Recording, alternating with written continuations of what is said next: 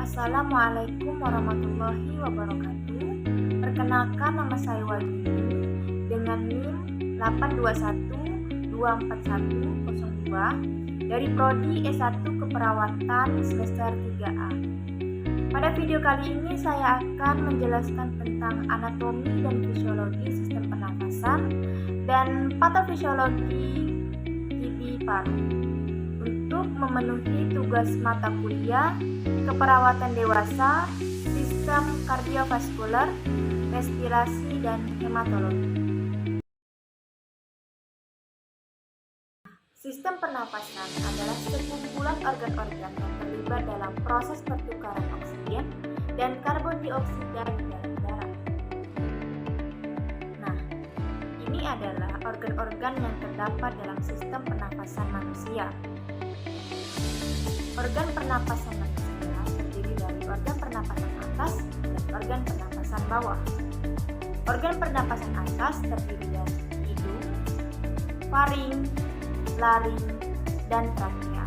Dan organ pernapasan bawah terdiri dari bronkus, bronkeolus, alveolus, paru-paru, dan diafragma. Nah, apa saja fungsi dari setiap organ-organ pernapasan atas manusia?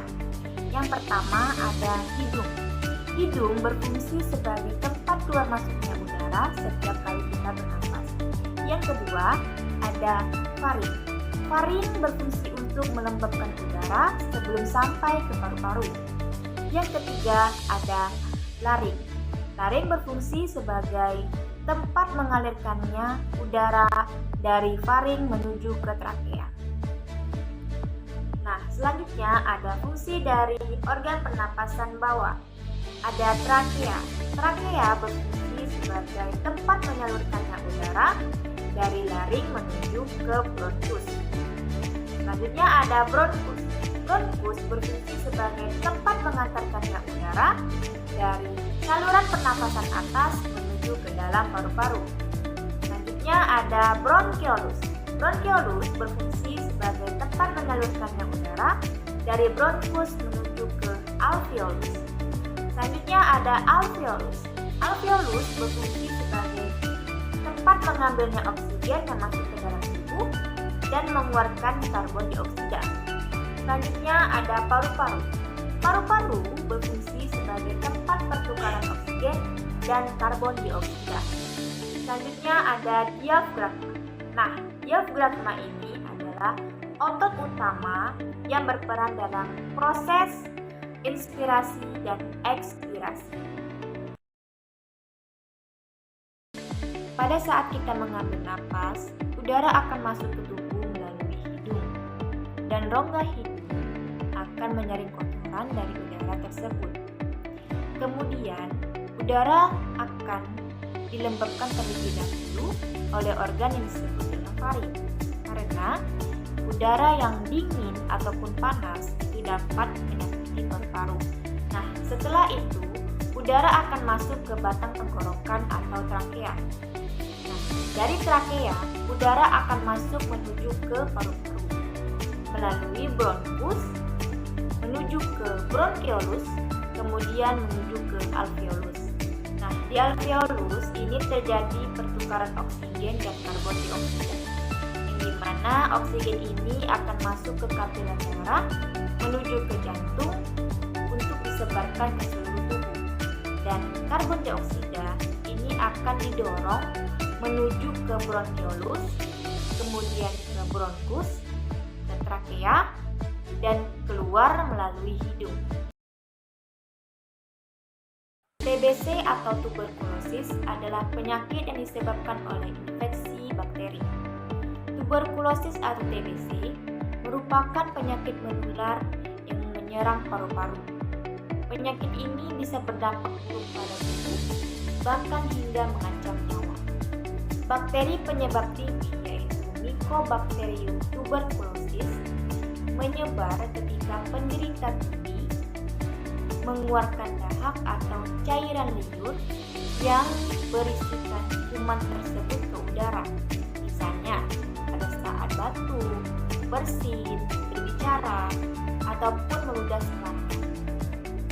Tuberkulosis terjadi ketika seseorang menghirup udara yang mengandung Mycobacterium tuberculosis, yang dimana kuman tersebut akan masuk ke dalam paru-paru dan menempel di alveolus. Tubuh akan mencoba melawan dengan sel daya tahan tubuh atau makrofag, tetapi kuman ini tahan dan tidak mudah mati. Akhirnya, tubuh akan membangun sel atau dinding pelindung yang disebut dengan granuloma untuk membatasi penyebaran kuman tersebut. Jika daya tahan tubuh lemah, granuloma tersebut bisa rusak dan dapat menyebabkan kuman-kuman tersebut menyebar ke jaringan paru lain. Nah, akibatnya sering timbullah seperti inflamasi, nekrosis, ataupun pankreas. Akibatnya muncullah gejala seperti demam, batuk lama, dahak berdarah, penurunan berat badan, dan keringat malam. Ada beberapa hal yang dapat dilakukan agar terhindar dari TB. Yang pertama, jaga daya tahan tubuh dengan makanan bergizi, olahraga, dan istirahat yang cukup. Yang kedua, selalu menggunakan masker di tempat yang ramai. Yang ketiga, hindari kontak langsung dengan orang yang sedang batuk lama. Yang keempat, buka jendela supaya udara segar bisa masuk.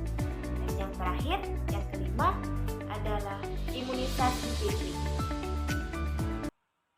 Demikian penjelasan yang dapat saya sampaikan mengenai anatomi dan fisiologi sistem pernapasan dan patofisiologi penyakit tuberkulosis. Mohon maaf apabila terdapat kekeliruan dalam penyampaian. Terima kasih. Wassalamualaikum warahmatullahi wabarakatuh.